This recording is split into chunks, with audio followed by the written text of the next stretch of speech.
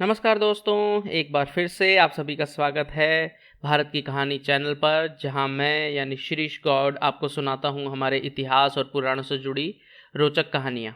सबसे पहले दोस्तों, जिसने भी मेरे चैनल को सब्सक्राइब किया है, लाइक और कमेंट्स किए हैं, बहुत बहुत धन्यवाद आपका। और जिसने भी नहीं किया है अब तक सब्सक्राइब, कोई जल्दी नहीं है, जब आपका मन हो आप तब कर देना। चलिए अब आगे बात करते हैं आज के कहानी के बारे में। तो आज का विषय है कि अर्जुन को, जो नरश्रेष्ठ अर्जुन है महाभारत में, उन्हें गांडीव धनुष किसने दिया। दोस्तों, जैसा कि अभी आप जानते हैं कि मैं कई दिनों से महाभारत की कहानियों को आपको सुना रहा हूँ, तो इसी क्रम में एक ये कहानी भी है और एक बहुत ही महत्वपूर्ण बिंदु भी है महाभारत का कि आखिर जो अर्जुन है, जो सर्वश्रेष्ठ धनुर्धर है महाभारत के अंदर, उन्हें उनका विश्व प्रसिद्ध गांडीव धनुष है, ये किसने दिया, कब दिया और कैसे दिया। तो ये एक घटनाक्रम है। इसको बताने से पहले मैं इस जगह तक, इस बिंदु तक पहुंचूं कि आखिर उन्हें ये धनुष कैसे मिला, मैं एक भूमिका आपको पहले बताता हूं। और जी हाँ दोस्तों, ये सब जानकारी, जो ये सब कहानी मैं आपको सुना रहा हूं, ये मैं महाभारत से ही, जो महाभारत की किताब है उसी से सुना रहा हूं। तो यदि आप भी इसको जाकर पढ़ना चाहते हैं तो आप गीता प्रेस की जो विस्तृत महाभारत है उसकी पहली पुस्तक में जाके इसे पढ़ सकते हैं। ये खांडव दाह पर्व के अंदर आपको मिल जाएगी कहानी जो अभी मैं आपको सुनाने वाला हूँ। तो चलिए दोस्तों, शुरू करते हैं। तो देश का बंटवारा हो चुका है। हस्तिनापुर और खांडवप्रस्थ दो अलग अलग जगह बढ़ चुकी हैं और उसके बाद में पांडवों ने बहुत मेहनत करके अपने परिश्रम से और भगवान श्री कृष्ण की सहायता से खांडवप्रस्थ को इंद्रप्रस्थ में बदल दिया है। वैसे ये भी एक अपने आप में एक बहुत बड़ी कहानी है कि आखिर खांडव प्रस्थ को इंद्रप्रस्थ में बदला, तो ये इतनी महत्वपूर्ण चीज़ कैसे है, पर ये मैं आपको फिर कभी सुनाऊंगा। तो अभी का विषय है कि इंद्रप्रस्थ बन चुका है और पांडवों का राज्य स्थिर हो चुका है, बिल्कुल स्टेबल हो चुका है।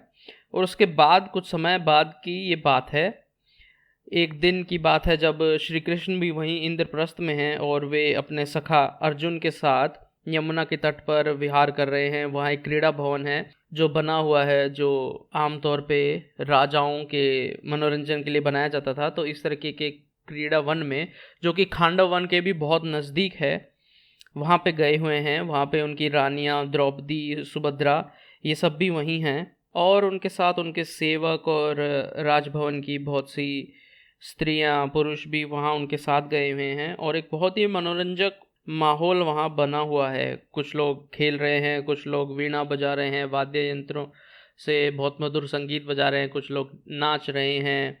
तो इस तरह अलग अलग तरह की वहाँ गतिविधियाँ चल रही हैं और अर्जुन और श्री कृष्ण भी वहाँ बैठे हैं और वे अपने पुराने समय के पराक्रमों की बात कर रहे हैं और इस तरीके से अपना मन बहला रहे हैं। एक बहुत ही सुंदर और शांत माहौल, एक तरीके से बहुत ही मनोहर माहौल वहाँ पे है बना हुआ। अब इसी बीच क्या होता है दोस्तों कि एक तेजस्वी ब्राह्मण जो है वो वहाँ आता है, उस क्रीड़ा भवन में आता है जहाँ अर्जुन और श्री कृष्ण बैठे हुए बात कर रहे हैं। और इस ब्राह्मण का रूप भी बहुत अलग है। ये बहुत तेजस्वी ब्राह्मण है। इसका शरीर भी पीले रंग का है। इसके शरीर से ज्योति ऐसे निकल रही है जैसे कि सूर्य में से प्रकाश निकलता है और ये एकदम पीले वर्ण का है। और ये तेजस्वी ब्राह्मण सीधा भगवान कृष्ण के पास आता है। तो भगवान कृष्ण और अर्जुन भी खड़े होकर उनका स्वागत करते हैं, उनका स्वागत सत्कार करते हैं और फिर उनसे पूछते हैं कि ब्राह्मण श्रेष्ठ, हम आपके लिए क्या करें। तो देखिए दोस्तों, ये एक हमारे पुराने समय की व्यवस्था थी, वर्ण व्यवस्था थी कि कोई भी काम हो या कोई भी दक्षिणा लेनी हो तो योग्य ब्राह्मण जो है उसे दक्षिणा मिलती थी अगर वो क्षत्रिय राजाओं या राजकुमारों के पास जाते थे। तो यहाँ पे ध्यान देने वाली बात यह है दोस्तों कि मैंने योग्य शब्द का प्रयोग किया है। अब इस शब्द की व्याख्या भी अपने आप में एक बहुत बड़ी है जब हम ये कहते हैं कि योग्य ब्राह्मण। इस बारे में भी कभी भविष्य में बात करेंगे। तो वापस अपनी कहानी पर आते हैं। तो जब ये ब्राह्मण उनके पास आते हैं, श्री कृष्ण और अर्जुन के पास, जो विश्वविख्यात दो पुरुष हैं एक साथ और खांडव वन के पास अभी खड़े हैं, तो ब्राह्मण आके उनसे भिक्षा मांगते हैं कि मैं एक ब्राह्मण हूँ और मुझे भोजन करना है। तो इस तरीके से वो अपनी भिक्षा इन दोनों वीरों से मांगते हैं। तो ऐसा कहने पर श्री कृष्ण और अर्जुन बोलते हैं कि आप बताइए, आप किस अन्न से तृप्त होना चाहते हैं, यानी कि हम आपको किस अन्न का दान करें। तो ऐसा पूछने पर वे ब्राह्मण उत्तर देते हैं कि मुझे किसी अन्न की भूख नहीं है, आप लोग मुझे अग्नि समझें। यानी कि वो अपना परिचय दे रहे हैं कि मैं अग्नि हूँ और मुझे किसी अन्न की भूख नहीं है, जो अन्न मेरे अनुरूप हो वही आप मुझे दीजिए, ऐसा अग्निदेव बोलते हैं। उसके बाद आगे अग्निदेव बोलते हैं कि ये जो खांडव वन है, जो खांडव प्रस्थ का ये जो खांडव वन है, इंद्र हमेशा इसकी रक्षा करते हैं और इसी वन में उनका सखा यानी इंद्र का दोस्त तक्षक नाग रहता है अपने परिवार के साथ में, और इसी वजह से इंद्रदेव इस वन की रक्षा करते हैं। फिर अग्निदेव बोलते हैं कि तक्षक नाग के यहाँ रहने से ही और उसकी रक्षा इंद्र के द्वारा होने से यहाँ अनेक अन्य जीव और राक्षस भी जो रहते हैं उनकी भी रक्षा हो रही है, और मैं सदा ही इस वन को जलाना चाहता हूँ, लेकिन जैसे ही मैं इस वन में अपनी अग्नि प्रज्वलित करता हूँ, इंद्रदेव अपने बादलों द्वारा, मेघों द्वारा बारिश करवा देते हैं और इस वन को जलने से बचा लेते हैं। इसके बाद अग्निदेव कहते हैं कि आप दोनों, यानी कि श्री कृष्ण और अर्जुन से कहते हैं, आप दोनों अस्त्र विद्या के पूरे जानकार हैं, इसलिए आप मेरी इस काम में सहायता कीजिए। तो ये भिक्षा अग्निदेव अर्जुन और श्री कृष्ण से मांगते हैं। अब दोस्तों यहाँ पे एक प्रश्न ये उठता है कि आखिर अग्निदेव उस वन को जलाना ही क्यों चाहते हैं? भाई उस जंगल में, उस वन में निर्जीव जीव जंतु भी तो रहते हैं, हाथी, पक्षी और भी अन्य कई जानवर उसमें रहते हैं, तो आखिर अग्निदेव उस वन को जलाना ही क्यों चाहते हैं? आज के समय के हिसाब से भी अगर हम देखें तो हम सब ये चाहते हैं कि ज़्यादा से ज़्यादा जंगल और हरियाली बची रहे, और ये बात उस समय में भी सत्य थी। तो आखिर ऐसी क्या वजह है जिसके कारण अग्निदेव उस वन को जलाना चाहते हैं? तो दोस्तों इसके पीछे भी एक कहानी है। जी हाँ, कहानी के अंदर एक और कहानी है। तो चलिए अब मैं आपको ये बताता हूँ कि आखिर अग्निदेव इस वन को क्यों जलाना चाहते हैं। तो दोस्तों ये एक पुराने समय की बात है जी हाँ, महाभारत से भी पुराने समय की बात है। एक बार एक राजा हुए जिनका नाम था श्वेतकी। तो ये राजा एक बहुत ही दयालु और महान राजा थे और धर्म कामों में और यज्ञों में इनका बहुत मन लगा रहता था। तो ये अक्सर यज्ञ कराते रहते थे। पर इनके सामने एक समस्या आगे चल के एक ये आई कि ये इतने ज़्यादा यज्ञ कराते थे, जो इनके जो पुरोहित थे वे यज्ञ कराते कराते थक गए। यानी कि इतने ज़्यादा यज्ञ इन राजा ने कराए थे। इसके बाद में एक बार इन राजा की ये इच्छा हुई कि ये 100 वर्षों तक चालू रहने वाला एक यज्ञ करवाएं। एक यज्ञ का एक सत्र चलेगा जिसमें ये 100 वर्षों तक यज्ञ कराते रहेंगे। तो अपनी ये इच्छा लेकर ये विभिन्न पुरोहितों के पास, विभिन्न ऋषियों के पास गए, लेकिन किसी भी ने भी उनके इस काम के लिए हाँ नहीं भरी, क्योंकि साधारण सी बात है कि 100 वर्षों तक यज्ञ कराना कोई छोटी बात तो है नहीं। तो जब पूरी पृथ्वी पर ये घूम लिए, भटक लिए और इनको कोई नहीं मिला इनका ये यज्ञ कराने वाला, तो इन्होंने कैलाश पर्वत पर जाकर भगवान शिव की आराधना करी और उनकी घनघोर तपस्या करी। खड़े होकर 6 महीनों तक खड़े होकर इन्होंने भगवान शिव की तपस्या करी और उस तपस्या से प्रसन्न होकर शिव जी ने इनको दर्शन दिए और इनसे वरदान मांगने के लिए कहा। तो राजा श्वेतकी ने रुद्रदेव महादेव से मांगा कि मैं एक यज्ञ करवाना चाहता हूँ जो 100 वर्षों तक चलेगा, आप चल के उस यज्ञ के पुरोहित बन जाइए। तो शिवजी ने कहा कि यज्ञ कराना वैसे मेरा काम नहीं है, लेकिन आपने ये वर मांगा है तो मैं आपको ये वर अवश्य दूंगा, लेकिन मेरी एक शर्त है। और वो शर्त भगवान शिव ने ये रखी कि अगर तुम 12 वर्षों तक लगातार ब्रह्मचर्य का पालन करते हुए घी की धारा से अग्निदेव को तृप्त कर दो तो मैं ये तुम्हारी प्रार्थना स्वीकार कर लूँगा। जी हाँ दोस्तों, तो भगवान शिव ने क्या शर्त रखी है? उन्होंने कहा कि लगातार 12 सालों तक घी की धारा से, जो कभी टूटनी नहीं चाहिए, यानी कि बीच में धारा रुकनी नहीं चाहिए, उससे लगातार अग्निदेव को तृप्त करना है। और यदि उन्होंने ये कर दिया तो भगवान शिव उनकी ये बात मान लेंगे। तो यही होता है, राजा जाकर ये यज्ञ संपन्न कर देते हैं। वे 12 वर्षों तक अग्नि की क्षुधा जो है घी से शांत कर देते हैं। और फिर इसके बाद वे दोबारा महादेव के पास जाते हैं और बोलते हैं कि प्रभु आपने जैसा कहा था मैंने वैसा ही कर दिया है, अब आप चलिए और मेरे यज्ञ के पुरोहित बन जाइए।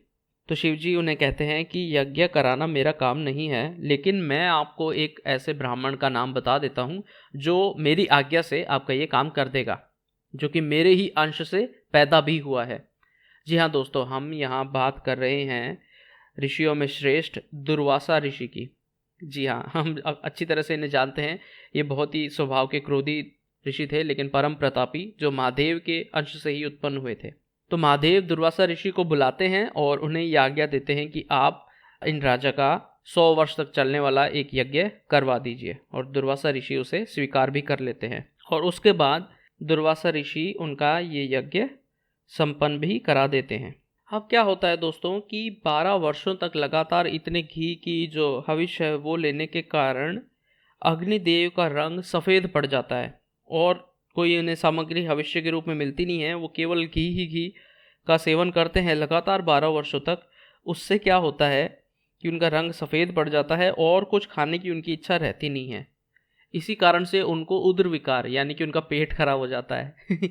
ये बात अच्छी तरह से आप जानते हैं दोस्तों। आज के समय में भी ये सत्य है कि यदि हम ज़्यादा घी का सेवन कर लें तो हमारा पेट खराब हो जाता है। यही स्थिति भगवान अग्नि के साथ भी हुई। हालांकि उन्होंने लगातार 12 वर्षों तक घी का सेवन किया है क्योंकि वे देवता हैं, पर फिर भी उन्हें उदर विकार जो है वो हो गया। तो अपनी इस समस्या के कारण वे अपने पितामह यानी कि ब्रह्मा जी के पास जाते हैं और उनसे कहते हैं कि पितामह मेरे साथ ये हुआ है, यानी वो अपनी स्थिति उन्हें कह सुनाते हैं। उसके बाद ब्रह्मा जी उन्हें एक उपाय बताते हैं कि पृथ्वी पर खांडव वन नाम का एक जंगल है जिसमें बहुत सारे राक्षस और बहुत सारे नाग रहते हैं जो कि पृथ्वी पर लोगों को प्रताड़ना दे रहे हैं। तो तुम शीघ्र ही जाकर उस जंगल को जला डालो और उस जंगल को ही अपना भविष्य बना लो। यदि तुम ऐसा कर लोगे तो तुम स्वस्थ हो जाओगे, तुम वापस अपनी ज्योति पालोगे और तुम्हारा उदर विकार भी ठीक हो जाएगा। तो ऐसा सुनकर अग्निदेव फटाफट पृथ्वीलोक पर यानी भूलोक पर जाते हैं और खांडव वन को जलाने का प्रयास करते हैं, लेकिन वो इस काम में सफल नहीं हो पाते। और इसका कारण मैं आपको बता ही चुका हूँ दोस्तों कि इंद्रदेव उस वन की रक्षा कर रहे हैं और उनकी सहायता से बाकी जो अन्य जानवर हैं, जो अन्य प्राणी भी हैं उस जंगल के, जैसे हाथी, तो हजारों की संख्या में वहाँ हाथी आते हैं और अपनी सूंड में पानी भर के वो उस अग्नि को जो अग्निदेव ने लगाई थी उसे बुझा देते हैं। इस तरीके से 7 बार अग्निदेव इस बात का प्रयास करते हैं कि वो उस जंगल को जला डालें, पर वो इसमें सफल नहीं हो पाते। और जब वो इस काम में सफल नहीं होते तो वे दोबारा भगवान ब्रह्मा के पास जाते हैं और उन्हें ये सब वृतांत सुना देते हैं कि ऐसी ऐसी बात है प्रभु, और मैं तो सफल हो नहीं पा रहा कि मैं उस जंगल को जला पाऊँ। तब फिर ब्रह्मा जी उन्हें एक उपाय और बताते हैं और उन्हें कहते हैं कि आप प्रतीक्षा करो और कुछ समय बाद पृथ्वी लोक पर जब भगवान कृष्ण और अर्जुन जन्म लेंगे तो वो ही आपकी इस काम में सहायता करेंगे। तो ये अब कहानी आकर वापस जुड़ती है कि अग्निदेव क्यों अर्जुन के पास गए हैं और श्री कृष्ण के पास गए हैं और उस खांडव वन को जलाने की इच्छा रखते हैं। अब यहाँ से आगे की कहानी दोस्तों मैं आपको अगले भाग में सुनाऊंगा, क्योंकि ये भाग वैसे भी लंबा हो गया है काफ़ी। तो सुनने के लिए बने रहिए मेरे साथ, शिरीष गौड़ के साथ, भारत की कहानी में। और जी हाँ, चैनल को सब्सक्राइब कीजिए, लाइक करिए, कमेंट करके मुझे ज़रूर बताइए कि आपको ये कहानी कैसी लग रही है। और आपके यदि कोई सुझाव भी हैं तो उनका बहुत बहुत स्वागत है। आप सभी का बहुत बहुत धन्यवाद।